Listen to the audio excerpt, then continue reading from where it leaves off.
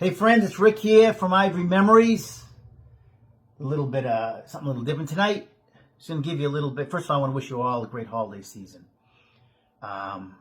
Me, of course, coming from a Catholic Christian background, Christmas is very special to me, and people that I know and my other friends who are Christians of whatever denominations, Christmas is a very special holiday. But even for those of you that are not Christians, I hope you have a wonderful holiday season. I honestly believe that.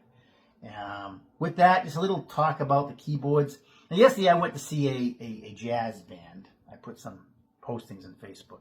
A Nat Cole cover type project was excellent. And in general, I want to talk a little bit about the keyboards for those of you that are learning piano and stuff like that, because again, as I said before, if you want to learn keyboards in general, you need to learn the piano first to become efficient. But those who are taking piano lessons and things of that nature, if you're starting to get better and how you want to improve yourself, the biggest thing that'll separate you from the pack is at some point you want to learn all the basics, and you should be learning your scales, exercises, all the things that make you proficient. Learning all your chords. Make sure you learn. When you first learn, you're going to learn all the sharps and flats and all the different keys and learn the basics.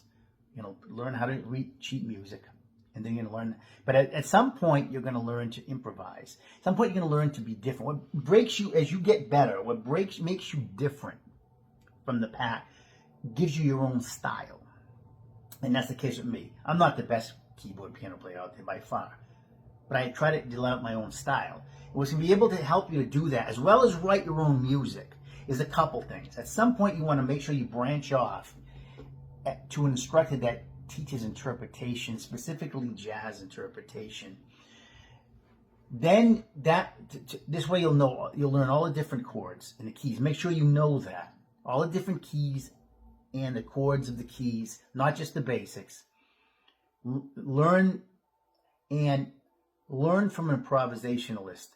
Nobody really tell you how to improvise, because that's and how to create your own style. That comes from within you.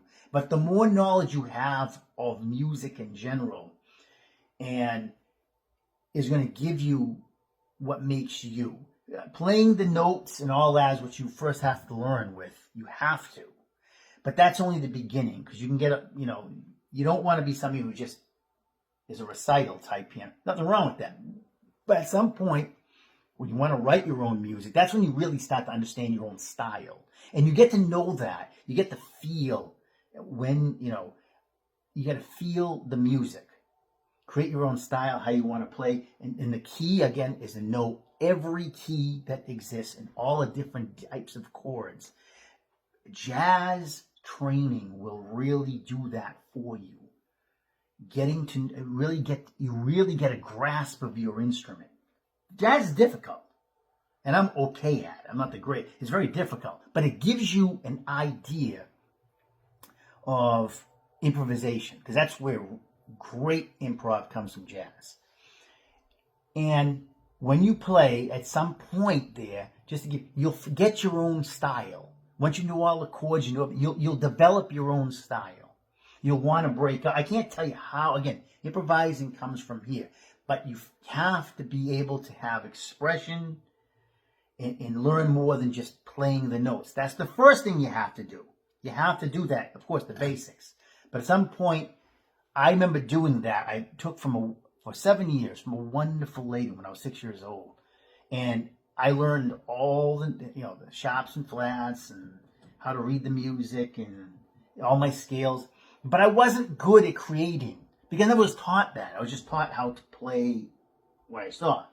When I went to go to a jazz improv for just 1 year, his name was Joe Balsamo. I'm sure he's passed. He was relatively older that was the 80s. This man showed me how to take just like 4 or 5 chords and create a song or a style, or there's a song, or maybe a jazz song that was basic, 4 or 5 basic chords, and how to play within those chords. And that's how to create, a melody. And then from there, you think of your own melody. And he showed me how improvisation that I didn't know. He showed me all the chords. It wasn't about just playing the notes. I knew that. He showed, make sure all the different keys. And that's something sometimes you don't get. you learn key C, basic things, that's fine.